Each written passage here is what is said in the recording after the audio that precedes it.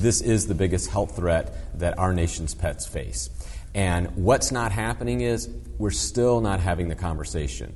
I mean, I'm kind of amazed that more veterinarians don't talk about it, because if you look at all of the reasons around this issue, I mean, it leads to chronic debilitating diseases like diabetes and crippling arthritis. And then if you look at how we solve it, which is primarily by changing the diet and lifestyle, I mean, it's easy fixes for serious problems. And I'm amazed that vets don't want to talk about it more. And I think that it really boils down to a couple of key issues. Number one, what's not happening is they're afraid they're going to offend the client. The client is overweight typically in most American homes, and so they're afraid that somehow inadvertently they're going to trip up and the lady's going to walk in there going, that guy thinks I'm a fat cow, and then that's the loss of the relationship. So I totally get that. The second thing is, many times veterinarians themselves aren't very confident in their own weight, so they're struggling with it, just like most Americans. And so they're like thinking, well, who am I to give this lady advice on keeping her dog slim?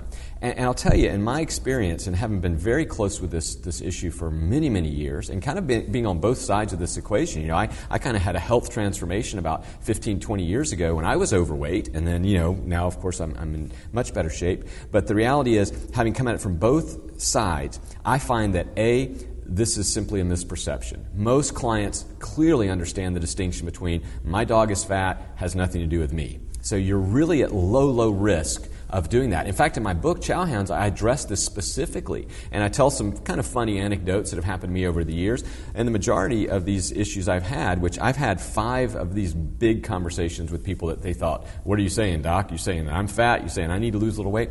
Those have been people that you're going to offend anyway. I mean, you could have said something about cost or their car or the weather. You're going to upset them anyway.